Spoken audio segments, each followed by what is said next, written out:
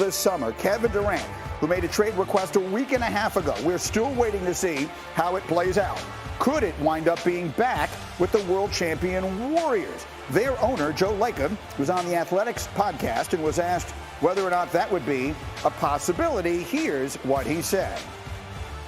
I'm not going to comment specifically on any player. You know what this answer is going to be, which is we will always look at any opportunities to make ourselves better, to try to win a championship. And if we thought it was something better to do for the team, we would do it. We have to weigh short-term, long-term and all that. We have to weigh the financial obligations in both scenarios, but we will do all that and make the decision we feel is best. Okay, so he said that, and then Steph Curry said this out west. The rumor mill and all that stuff is part of the nature of the NBA. You know how quickly things can change, but I like where we're at.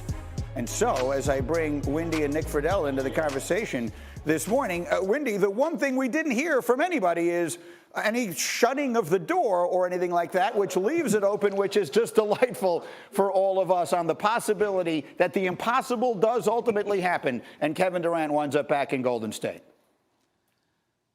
Yeah, I think this says a lot about the Warriors organization, that they would be coming off a championship and Steph Curry coming off a crowning moment in his career, and he wouldn't slam the door shut on this. Steph Curry's got the kind of clout where he could shut this down, but he's not, and Joe Lacob is not. Now, I should point out that on that same podcast, Joe Lacob said his payroll is not going to get to $400 million, which it would in all likelihood in a Kevin Durant trade. There's also the complication of Andrew Wiggins and Ben Simmons not being allowed to be on the same roster. I know those are, pesky details, but, I think the reality is that the league is sniffing that the price tag for Durant may not be as high as the Nets wanted. And if the price tag maybe slips a little bit, which is maybe what we're looking at the end of this, what is now turning into a stalemate, some teams that were just sort of casual bystanders in the first round may be like, wait a minute, maybe we should get in on this bidding. And I think, in fairness, you have to put the Warriors on that list. I don't think it's likely, but I think it would be irresponsible of me to say scratch them off. All right, let me set up the insight here that Nick Friedel can offer to us, because you covered KD his last season in Golden State. You covered him the entirety of the time that he and Kyrie were in Brooklyn, and you're now in Vegas at the Summer League, where Joe Lacob was at the game last night. So I just want to make sure everyone understands the background, Nick, as I ask you your perspective on what Lacob said, I guess on what Steph said, and the possibilities here. Greeny, it would really surprise me if this reunion actually happened. But if I learned anything covering that Warriors team the last 4 years before I went to Brooklyn, with Joe Lacob running the show, anything's possible. And if Steph walks in the office and he says, Joe, we got to make this happen, then guess what? It's probably going to happen. But saying all that, having been here the last couple days in Vegas, that deal, what it would take to bring Kevin, and Brian's right, the Nets aren't getting right now what they thought, but it would still be a lot, and it would be all the Warriors' young pieces who they like immensely. Jonathan Kuminga, Moses Moody, James Wiseman played last night. He looked really good going up and down the floor. And then what Andrew Wiggins gave them, Greeny, was something special in that playoff run. He is beloved right now inside that organization. So there were a lot of hard feelings at the end of that Durant relationship in Oakland. There's a reason everybody moved on. I do think they could get through it, but it would take a lot on both sides to make it happen, on top of what they'd have to give up from an asset standpoint. That's fair. I mean, the relationship piece of it, though, is, look, I'm old enough to remember when KD and Kyrie were dying to play together. So those things tend to be fluid, particularly in the NBA. So, Windy, here's what I've been waiting to ask you.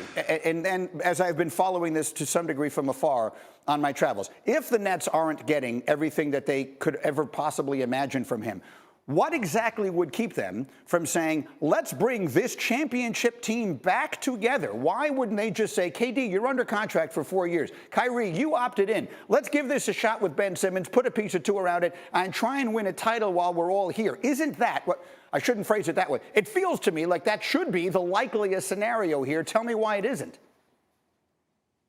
Well, the first issue is that Durant has a trade request in, and so you'd have to, get on the same page with him. I think where the Nets are right now is, as I mentioned earlier, they don't have the trade offers that they like. And you can imagine if you put your house for sale and you didn't get the offers that you wanted and you didn't have to move, then you could take your house off the market and try it again. That is something the Nets have plausible deniability in. But I got to tell you, as I talk to league executives out there, they don't believe that that's necessarily going to happen. They believe that that is the Nets posturing at this point. Unless Durant gives some sort of indication he's on board with it, it's not affecting the offers yet. Now, we are in the second week of July. We have 2.5 months till the start of the season.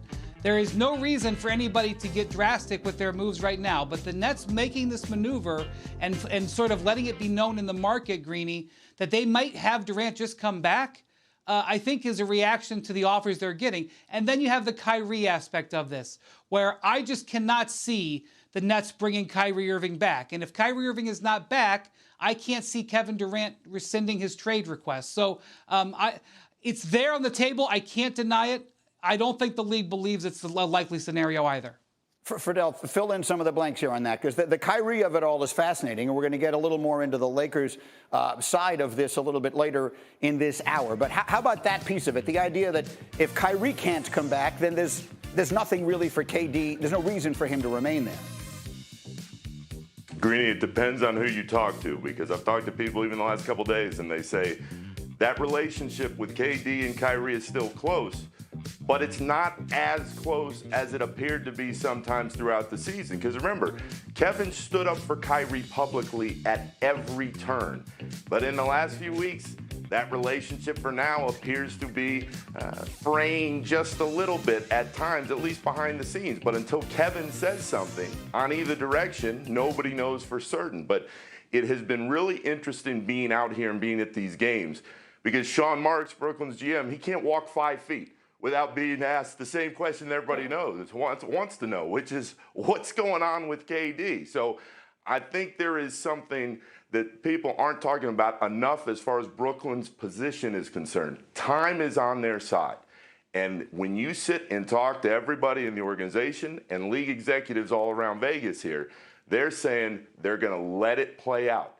And they're going to hope if it doesn't play out in these next couple months that Kevin says, you know what? Let's give it a chance here. But I don't think it is directly connected to whether or not Kyrie stays or goes. And I'm with Brian on this. That was the most miserable team I have been around in all my years covering the league at the end of the season. If the Nets bring Kyrie back into training camp and start the season with him playing on this team, that would stun me. Okay, well, that's a perfect spot to leave it for the moment. We'll have much more on this, and again, the Lakers piece of it as we go. But I want to bring Dominique in as we all watch this together. Let's all enjoy. Now, if you just received the richest contract in the history of basketball, you too would be celebrating. But look at Nikola Jokic living his best life, dancing shirtless in Serbia. Dominique, what do you think here? I mean, you just said it. He signed a Supermax deal. I will be doing the shirtless Serbian gritty too. You're lucky that he has no pants. He got $150 million just about guaranteed. I might start freestyling over some accordion music if I got that type of contract. You can't. No, Dominique. He's got $302 million guaranteed over the next 6 years. And the Nuggets are saying, my God, stay away from the fire. Whatever you do, stay away from the fire. I mean, I need a fire right now. I just heard about it.